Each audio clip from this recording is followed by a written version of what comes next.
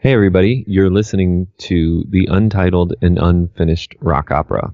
This is a ongoing production. We've been working on this since we were 15? Yeah, thereabouts. So we were in a band at the time called Psychedelic Sunshine, and we began this massive project, and now we're much older and trying to finish it. And we are subjecting you, our listeners, to our recording sessions and working it all out. My name is Steven. Hey, my name is Scott. And yeah, we'll be walking through our creative process as we step through the script itself, work out some of the music bugs and ideas, and just shoot stuff, because we've talked about this on and off for years and years and years, obviously. But actually having a constant, cohesive, let's step through the ideas so we're both on the same page and kind of figure things out as we go along. We just figured we'd share that with everyone, and maybe you'll enjoy it. Let's get started. The first song in the... No, we're supposed to talk... Remember we talked about this? We're supposed to talk about, the storyline and this and that? Yeah. And then I need your help.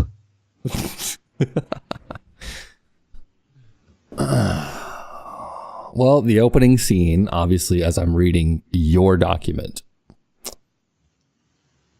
has lots of words on it to kind of be a go-by. Isn't that why you wrote it? You're so helpful. Yeah. You want me to do that? Yeah. Well, I mean, you know the story better than I do. I'm just reading words on a page. All right. At some point, you're going to interject something? Hopefully. You know, that's why I'm here. Okay. Well, the working title is still the Untitled and Unfinished Rock Opera. I have some other titles that I've chosen. I noticed that you have the whole front page. You didn't want to put anything else on there because below it is just AKA formerly has.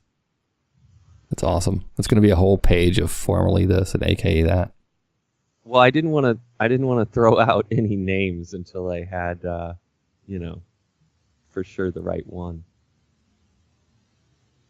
But we're going with Untitled and Unfinished Rock Opera as the working title. Cool. Yeah, so the first scene is it's a sort of a secluded beach, and you have to imagine there is sort of there's a mom and a kid on the beach, and the mom's sort of drinking a frilly beverage, sitting in a lounge chair. This is definitely taking place in, as I wrote somewhere in the script, it's taking place on an island in Maine. So it's off the coast of Maine. So imagine it's, these are people that either live there or maybe, no, they have to live there actually. Yeah, forget that. So they have to live there. It's a secluded beach. It's a small island. And there's a little boy playing in the sand. And I haven't got the dialogue yet between them recorded. So it's just two kids. It's a little boy and a little girl, and they're just playing in the sand. And the mom is sitting in the lounge chair, and she's sort of drinking a frilly beverage. And this is the song you hear coming out of the little AM radio that she's brought with her. I'm not sure what time this is in. 70s, 80s, I'm not sure. And eventually, it sort of clicks over, and then you get the full fidelity of the song, and the ocean sounds and everything fade out.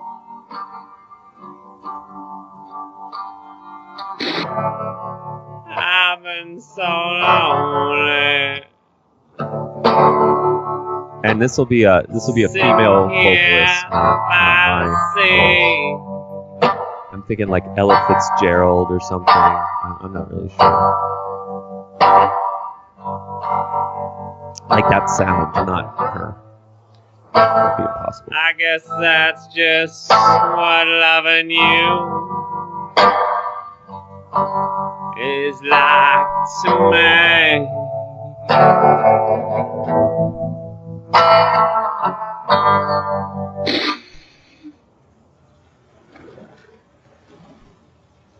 And then it fades out, and you hear the ocean again, and there's a dialogue between the kid and his mom, and I'm not sure what his name is, but his working name is Extavan. I keep thinking that I might change it, but so Extavan's like, "Mommy, can we go back to the beach again?"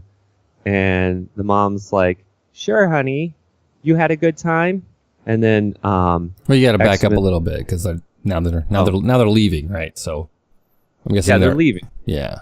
Do you have a vocalist in mind for the female singer? No. Okay. No. Well, I mean, yes, I suppose I do. I know a female vocalist. Okay. So maybe her. Yeah, I wasn't sure if I needed to ask around too. If you already have somebody, it's all good. Oh, I mean, ask around. Sure. Like, I feel like it should be somebody like really belting out, Well, that's going to be hard to find. I mean, unless you get somebody that's actively doing, music in the amateur circuit or something like that. I mean, I know people like that. Okay. I feel like it should be like either like a raspy Janis Joplin kind of thing, or like a really bold and rich Ella Fitzgerald kind of thing. Like, I've been so lonely, baby. Sitting down. Oh man, I'm thinking of the absolute perfect person for that. Who? What is her name? Lauren something. Let me find someone you know. Yeah. Where do I have her little? I gotta find it. I have a sample of her. So did you have the idea of ever doing or having somebody? I mean, obviously, if the part that we're going to be doing, if that comes out good enough, like having somebody do video or something animated. Ooh. Animated to the rock opera? Yeah. Is that what you mean? Oh, that'd be cool. I never thought about that. Okay, I found something. Let me see if this is her.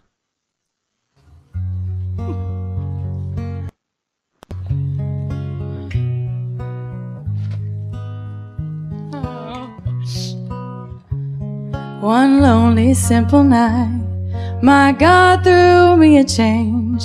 Now you've come and gone, my world won't be the same. I don't have to choose, my destiny is made. All my friends surrounded me, I was happy, I was free. Then you came, and I knew. She's got this great voice. How do you know this person? When I did a lot of the sound and stuff for Women Rockin' for Women, she was one of the regulars that would do, come and play the shows. Her name is Lauren Adele. Okay. She's like a local artist. Yeah. Great. Yeah. I mean, I don't. All I'd have to do is, I guess, drop Annette's name and she'd remember me.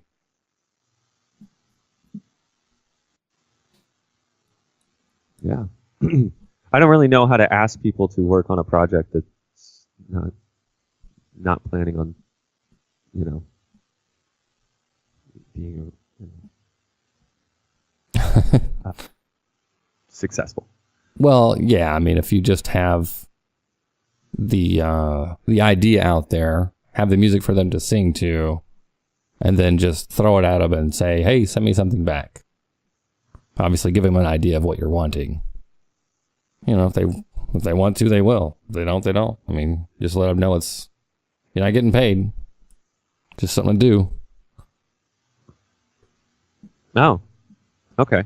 Yeah, I have a couple friends too. Like I will do that with, and then we'll pick which one we like, I guess. All right. So back to the script. Back to the script. So in the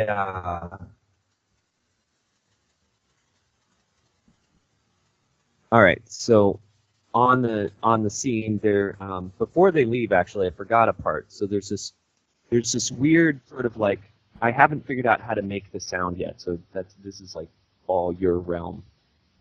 There's talking between the little girl and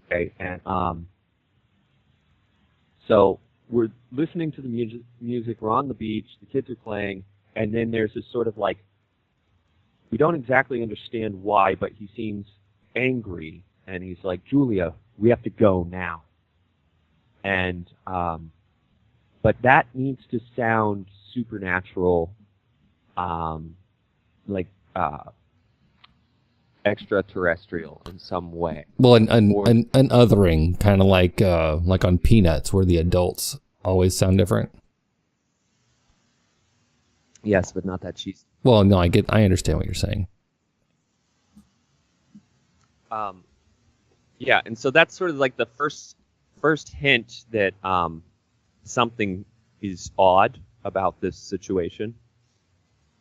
And then the second hint is when Extavan is asking his mom to go back to the beach again, and she's like, "You had a good time?" And then he was like, "Yeah, do you think that little girl will be there again?"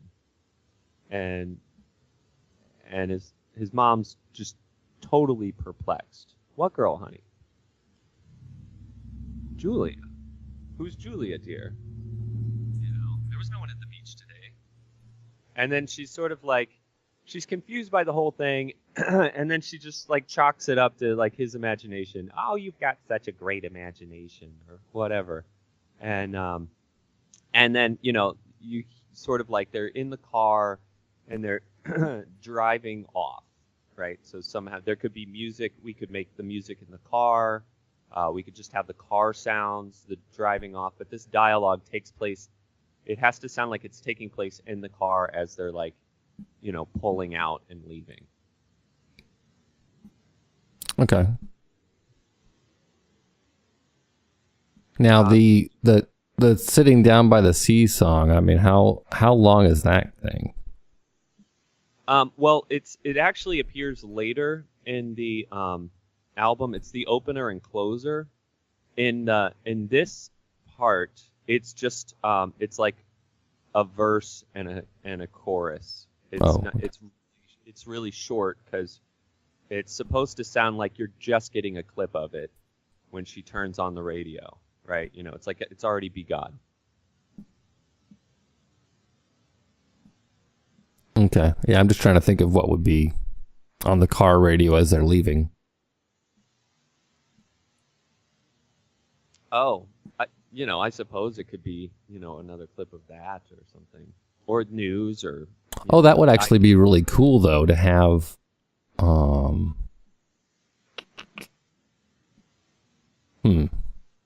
Yeah, it would go into. Basically, it's the same song playing. Oh yeah, but at a different part. That's a great idea. I like that. It could even be just basically where it left off before. I mean, I'm thinking of all the ways I've seen them do that in movies to show continuity or whatever. Mm-hmm. I like that.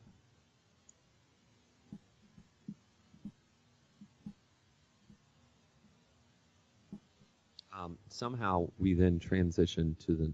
Are you ready to go to the next scene? Oh yeah. All right. So the next scene is called "Lights in the Sky." You would remember this from the the concert we did for the Literary Society. So it's like na na na na na na na na na na. Remember that? Oh yeah, yeah. Yeah. I scratched all the lyrics because they were stupid because I wrote them when I was like 15 or something. And they were just dumb. But I can't get that sound out of my head when I'm thinking about the rock opera. That interlude has always been there, and so I can't get it out of my head. So this is how it sort of works in. So it's that, and the music, whatever vocals I've got are gonna come through a like either a talk box or a vocoder. So I'm really interested in playing around with the concept of communication in vocalization throughout this rock opera. Like Julia's voice, Julia's father's voice, and it all sort of like plays into a greater theme of not knowing what is reality and what is in maybe an altered reality or that sort of thing. Yeah, because I know we talked previously about having it still be kind of up in the air. I mean, you get to the end of this and still go, huh. Okay, did he make it up? Was it real? Was it real but not? Is he crazy? Yeah, exactly. And that kicks in. So this is an adult extant now. So that first prologue or whatever you call it, that opening scene was merely just setting the stage, and now we're like 14 years later or something. So I guess it's not an adult, he's a teenager. And the reason he's a teenager is we were teenagers when we did this, and I'm trying to honor sort of our teenage selves, right? Yeah. So the scratch lyrics I have right now, which maybe we'll keep it sort of like I pulled bits from the various parts of the rock opera to stick them here. So this is also like a prologue. This is like another opening scene, if you will. Were you just in my head, or were you real? Where are you now, across the sea or galaxy? And though we had just met, at times I still connect, and I can almost feel you touching me. And I think they're on to me. Every day a bit more crazy, so it seems. And so that will be partially indistinguishable because of the whatever we're going to do to it, the talk box or the vocoder. So it's sort of like a fun little nugget. You're trying to like figure out what these lyrics are saying and what they could be meaning. And it, as a part of this, we are this scene sort of transitions into what I've labeled Nature Scene 1. So this is that teenage Extavan with a group of friends out having a fire on the beach, and they're just like hanging out. Maybe they're drinking or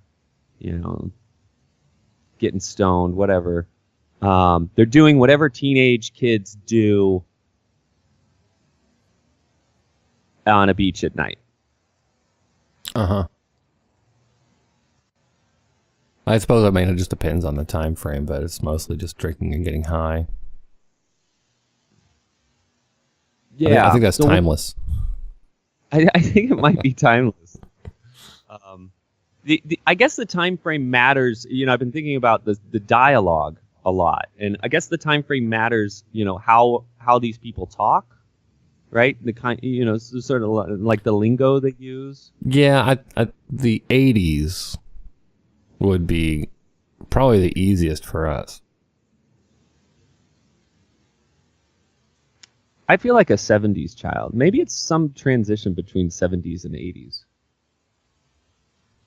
I mean, I know I'm not a 70s child, but my older siblings were, so, you know, I grew up on all of that. Yeah. I had a lot of 70s media.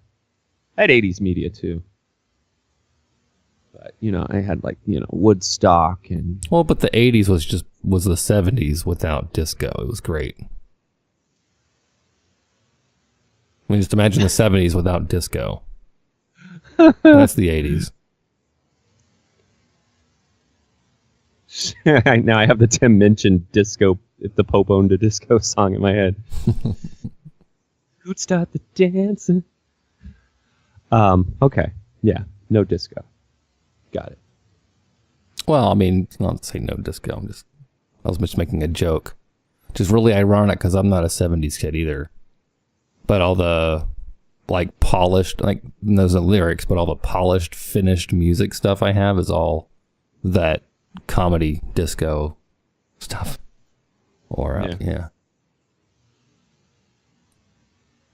Not even sure disco was invented naturally. I think it was like record companies got the idea.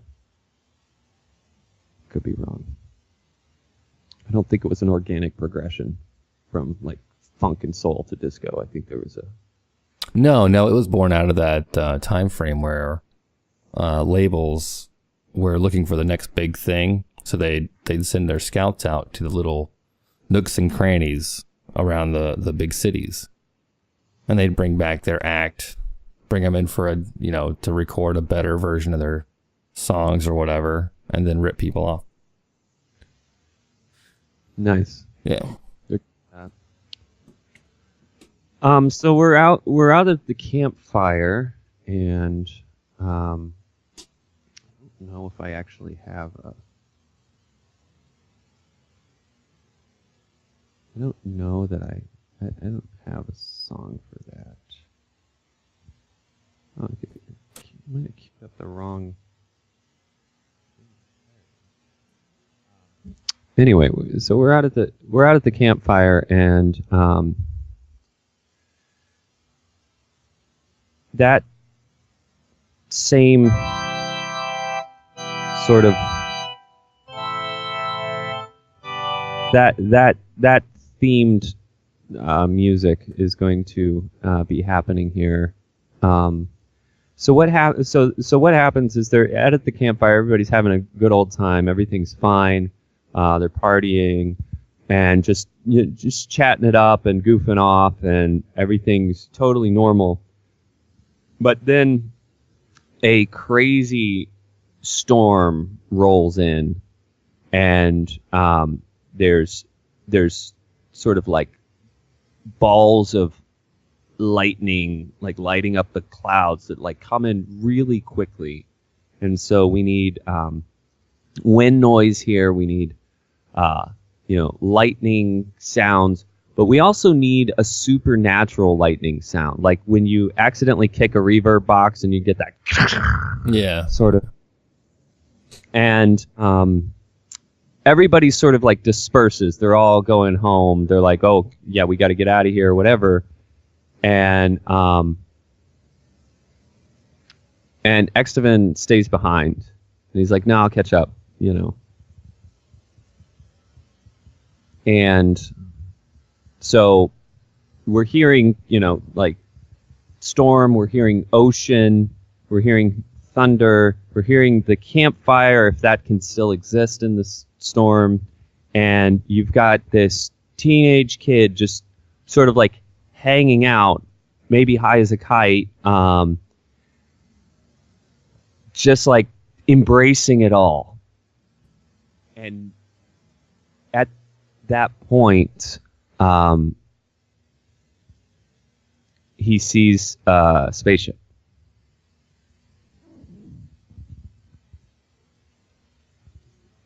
And so there's this eerie green light in the clouds right in front of him, coming at him.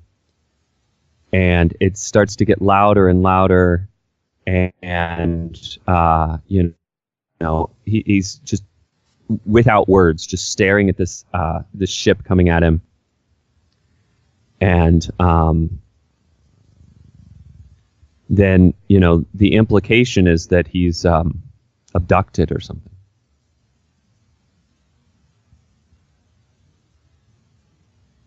Okay.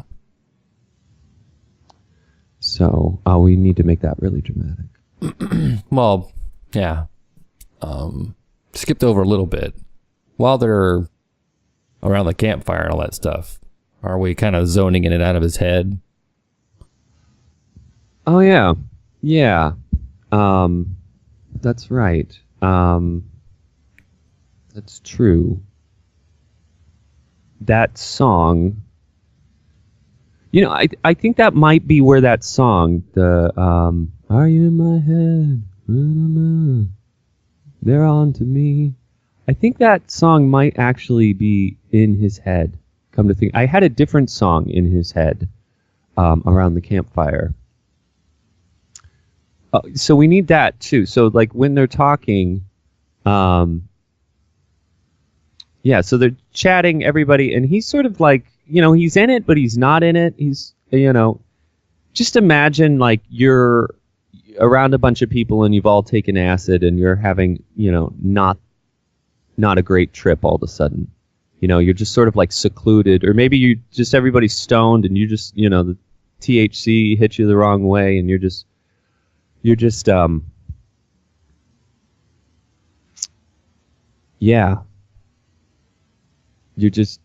not moving, and you're not really engaging anymore. And this is the song in his head.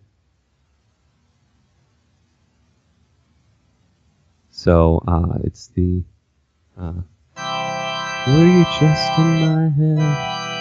Were you real? Where can you be? Okay, yeah. So he's basically he's at the beach, and the last time anyway we know that he was at the beach, something weird happened. Right. Yeah. So that triggers this, which is really cool, and I think we could do, that whole fading in and out of the conversation and making it, trying to simulate, okay, if we had a camera looking at this scene, how would we use audio to show what's in his head and what's out loud. And yeah, I know you'd mentioned previously that at some point that he actually starts vocalizing or whatever what's in his head and gets reality and what's in his head mixed up. But as you've written in this thing, you don't have that. I think maybe we should add that in. I like that. I said that? Yeah. It was just an idea you're kicking around, but then there's of course the whole reaction and dialogue and whatever that has to come from the group of friends that are going to be taken aback by Extavan basically sitting there being a little bit distant and then all of a sudden saying some crazy stuff like a 2-year-old, I like that. And I think they'll just pass it off as he's, stoned. Yeah, my word. Stoned. Or also, the other thing is like, it's implied here that there have been other incidents because he's saying they're on to me. So there's sort of like, it's implied that he's having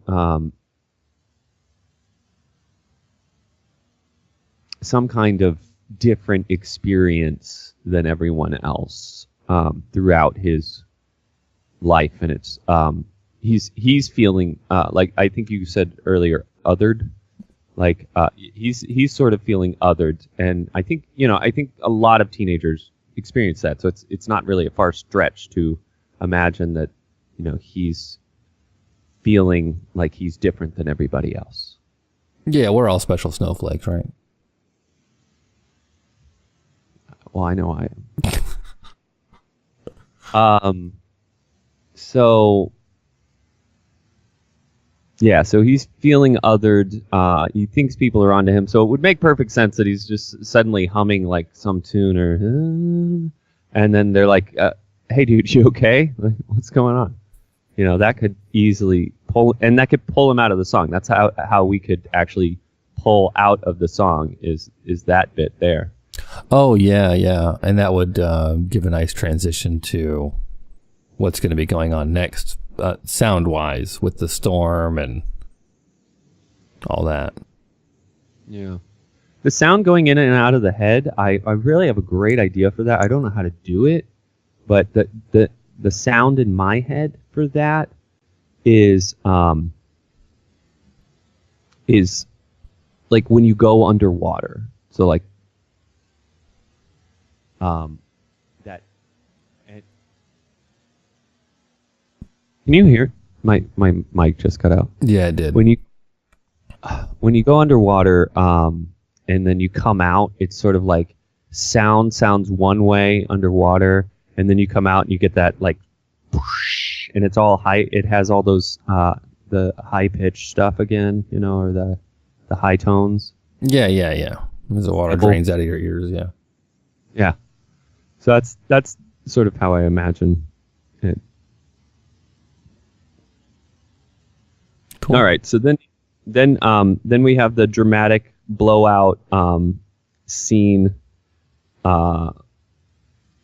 So it's, you know, I have this labeled Part 3, Lights in the Sky, Part 3, Storms a Coming, and we have the spaceship sounds and storm and all of that, thunder, crackling fire, like all these sounds are mixing together. And I have another sound that I haven't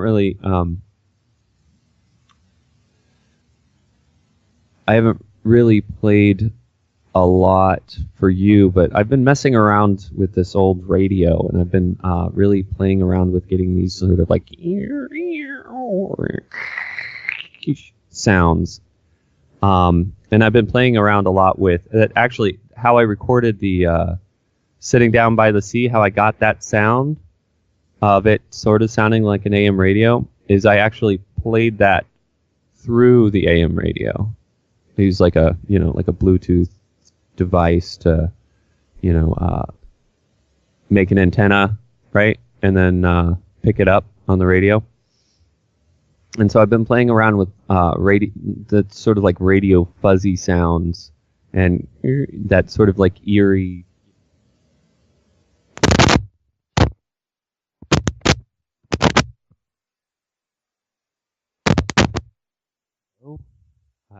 Sorry. Yeah. That sucks. Yeah, wow. There's a lot of crackling. Yeah. Anyway, I've been playing around with that sound. So that sound has to, it's a reoccurring theme that you're hearing bits of that throughout. So there's like the ocean is sort of a carrier frequency throughout the story, and that wavy radio sound is also a carrier frequency throughout, and they can be signifiers. We talked a while ago. Yeah, I'm hearing that in my head as far as the white noise and having a swooshing in out wave effect to whether it's white noise or the like a Z filtered noise kind of thing, or the ocean.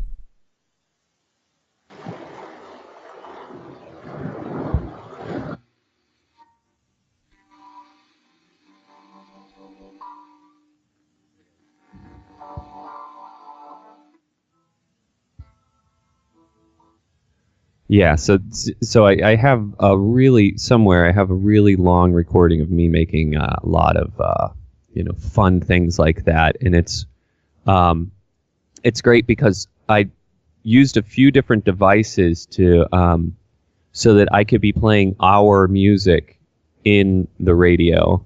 I know that there's probably like a higher tech version of this out there, but this is what I could do. It's organic.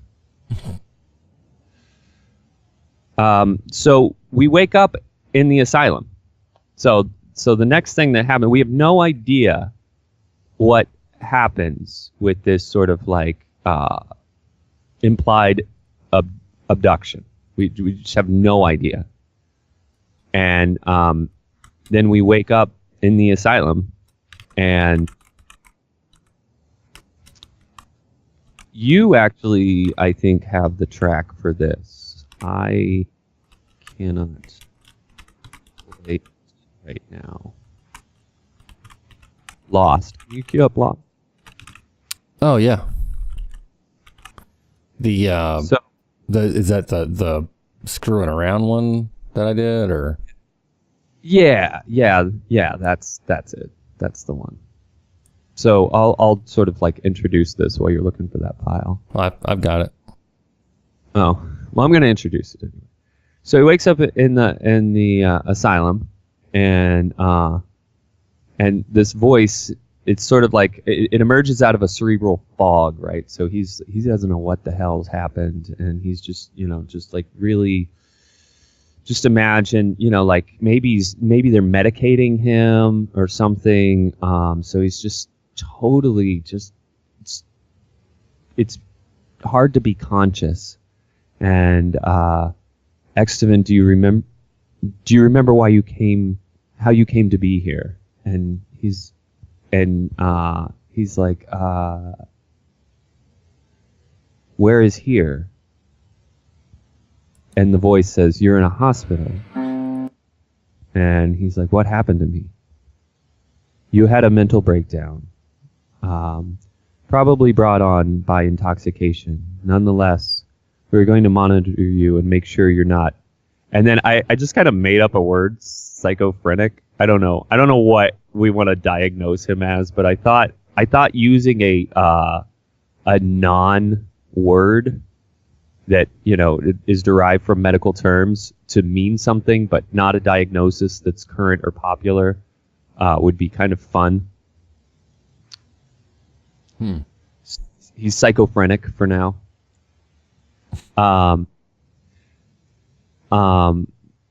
Wait, what?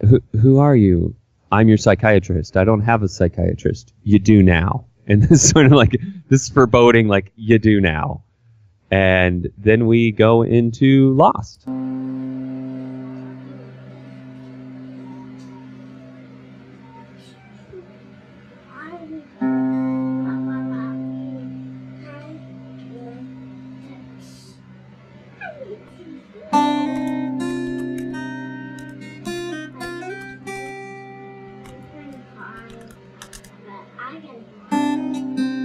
If you're playing it, I totally don't hear it.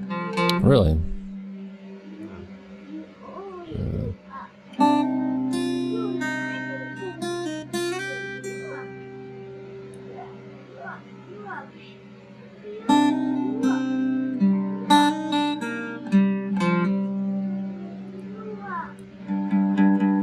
I heard that. You heard that? Yeah.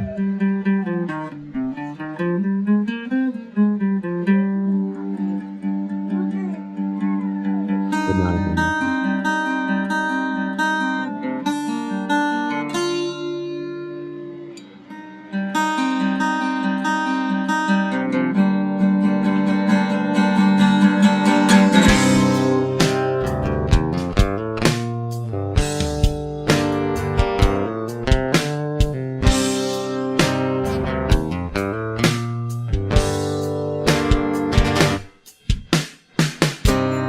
How many times have you walked the line? Could you see me standing there? Could you feel me over here?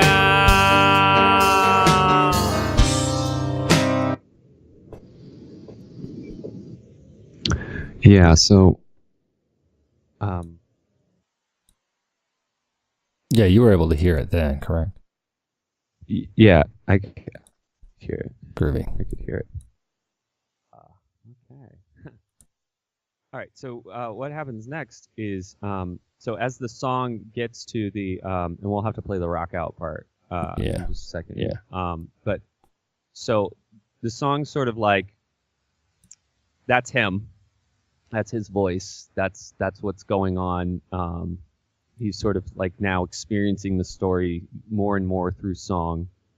And then when we get to the rock out phase, there's going to be there's sort of like he's trying to escape, right? So he's smashing shit. He's like pushes the table over, assuming he's sitting at a table. So he pushes it over. He's having sort of a violent eruption. He's like, "Get me the fuck out of here," because he's realizing he's trapped. They won't let him leave. So he's being held against his will. He wants to get out. He doesn't believe that he's crazy. He doesn't believe that he had some kind of mental episode. And the psychiatrist now, his voice is getting like a tape warp, sort of like he's morphing, and he's like, "Calm down, Stephen. We'll have to sedate you." And then again, I want to make up a name for a drug. So, he yells to like a nurse or something, "Get me 1,000 cc's of some drug." And then, so all of that is happening over top of the music in the rock out scene. Cool.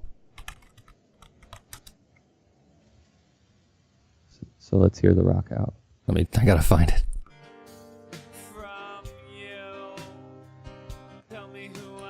Yeah, there we go. Tell me who I am. Tell me who I am.